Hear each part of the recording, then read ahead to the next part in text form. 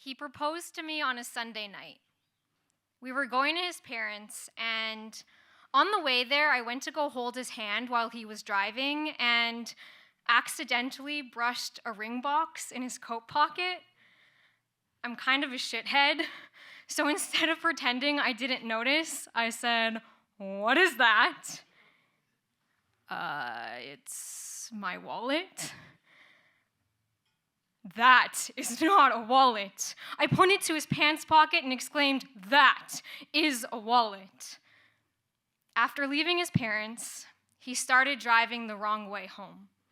Went to places we hadn't been since we first started dating, like the park where we kissed in the snow until it broke underneath us. We dated during one of the COVID lockdowns, so all of our first dates were in parks and parking lots and neighborhood streets. Even though I knew the ring was in his pocket, I figured it was just ready. I thought, the weekend is over, the day is done, we have work in the morning. But then he drove right past our apartment, and I was like, "I know where you're going. You're going to Westminster Park." "I don't know. Am I?" he replied smugly as he pulled into a gas station and took his wallet out of the same pocket I had felt the ring. But then he did go to Westminster Park. We hadn't been since we had said "I love you" for the first time. 4 years earlier, with the car stopped and with kisses as punctuation between each word, he had said, "I love you."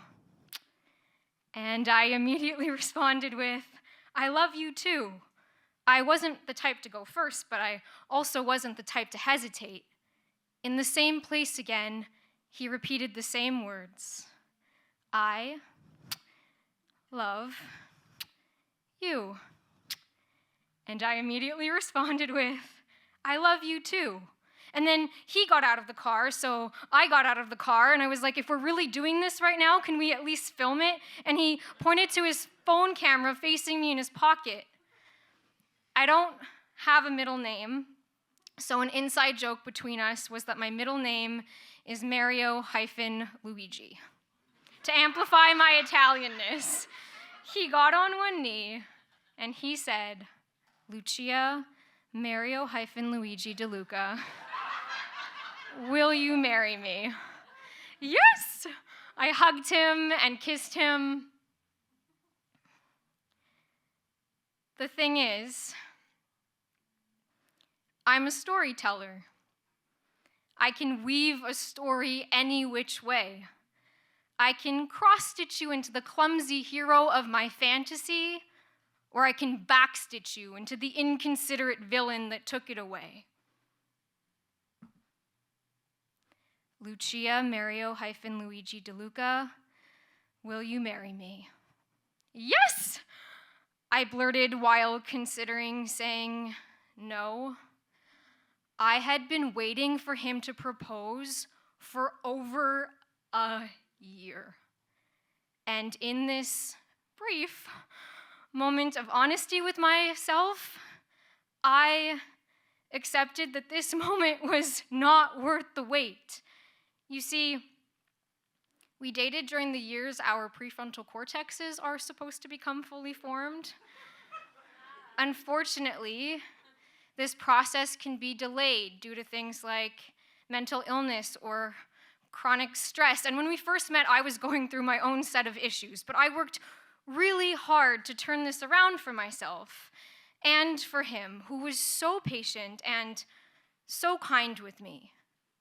When his own mental health took a turn, I was ready to return the favor of being a steady rock.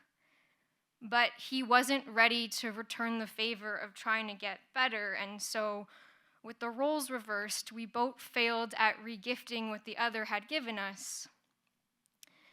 He regressed while I grew up in every way, except for my optimism, my blinding optimism. I thought maybe he'd propose by our anniversary in February. He had bought the ring I sent him the link to. The poet in me really wanted to give a used ring another chance at a love story. There's actually a picture of me on our anniversary with my eyes closed and the ring on my finger just to see if it fit properly. The ring was way too big, and resizing it became very complicated, so he ended up getting a never-been-worn-before ring ready in my size in April, so then I thought maybe he'd propose by the end of the school year, and then I thought maybe by the end of summer. Please. What's taking so long? There has to be a reason. I'm working on it. I have a great plan. You gotta trust me, okay? He promised he'd propose before my 28th birthday, November. I didn't want him to feel like he had a deadline, but this was a deadline for me.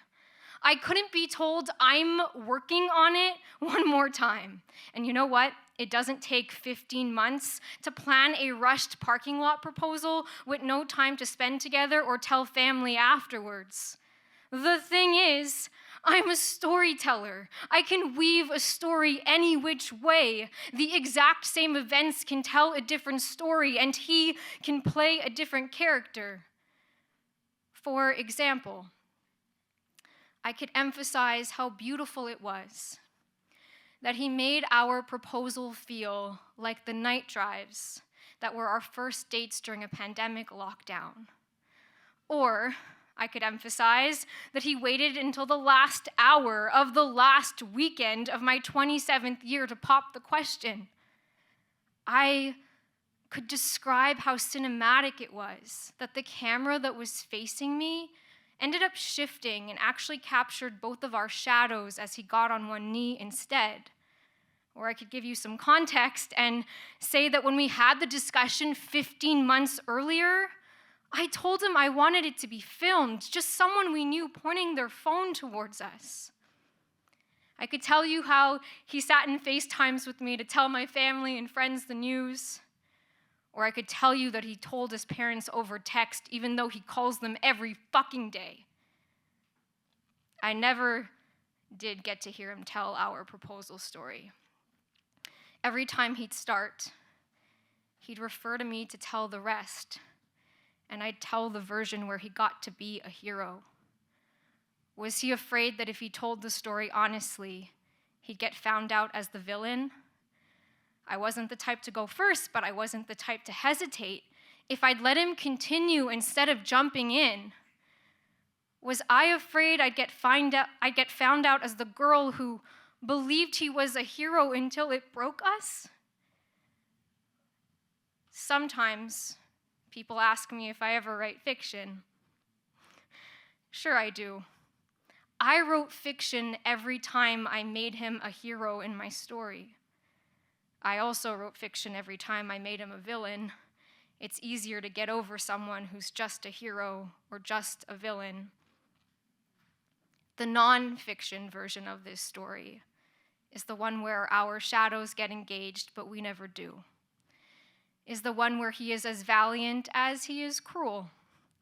Is the version of me that is over every version of him, but is still angry at the version of myself who waited for him to revert back to the person I had fallen in love with, instead of accepting that this person did not exist anymore. Is the version where my ring sits with distorted posture, stalled against its nature, in a store somewhere, waiting,